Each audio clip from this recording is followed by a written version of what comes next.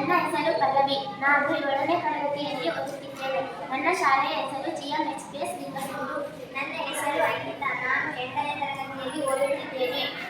ನನ್ನ ಶಾಲೆಯ ಹೆಸರು GMHPS ಲಿಂಗಸೂರು. ವಿಷಯ: ಜೈವಿಕ ವಿಘಟನೆಯ ಮಣ್ಣಿನ ಮಡಿಕೆ. ಸಸ್ಯ ನರ್ಸರಿಯಿಂದ ಪ್ಲಾಸ್ಟಿಕ್ ಮಾಲಿನ್ಯವನ್ನು ತಡೆಗಟ್ಟಲು ನಾವು ಜೈವಿಕ ವಿಘಟನೆಯ ಮಣ್ಣಿನ ಮಡಿಕೆಯನ್ನು ಸೂಚಿಸಲಿದ್ದೇವೆ.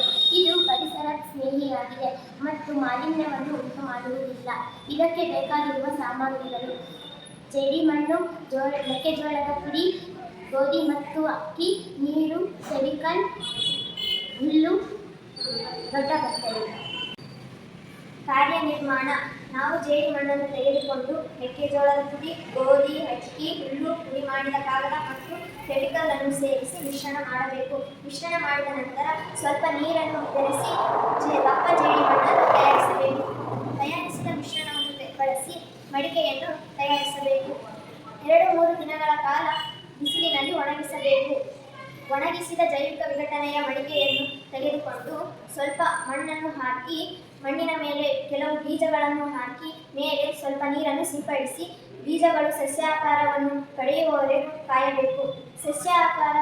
ಬೀಜಗಳು ಸಸ್ಯ ಆಗಿ ಬಂದ ಮೇಲೆ ಹೊಲಗಳಲ್ಲಿ ಮಡಿಕೆಯನ್ನು ತೆಗೆದುಕೊಂಡು ಹೋಗಿ ಸಸ್ಯಗಳನ್ನು ನಮಗೆ ಬೇಕಾದ ಜಾಗದಲ್ಲಿ ನೆಡಬೇಕು.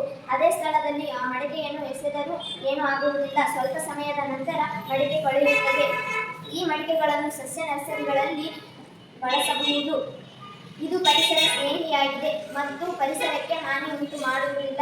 ಹೊರಗಡೆ ಸಸ್ಯಗಳನ್ನು ಖರೀದಿ ಮಾಡಲು ಹೋದಾಗ ಆ ಸಸ್ಯಗಳಿಗೆ ಪಾಲಿಥೀನ್ ಬ್ಯಾಗ್ಗಳನ್ನು ಅಳವಡಿಸಿರುತ್ತಾರೆ. ಅಂತಹ ಸಸ್ಯಗಳನ್ನು ನಾವು ಖರೀದಿ ಮಾಡಿದರೆ ಆ ಪಾಲಿಥೀನ್ ಬ್ಯಾಗ್ಗಳು ಮಣ್ಣಿನ ಫಲವತ್ತತೆಯನ್ನು ಕಡಿಮೆ ಮಾಡುತ್ತವೆ ಮತ್ತು ಪರಿಸರ ಮಾಲಿನ್ಯವನ್ನು ಉಂಟು ಮಾಡುತ್ತವೆ.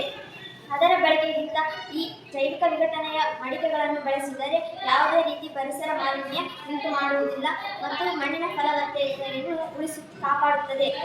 ಧನ್ಯವಾದ.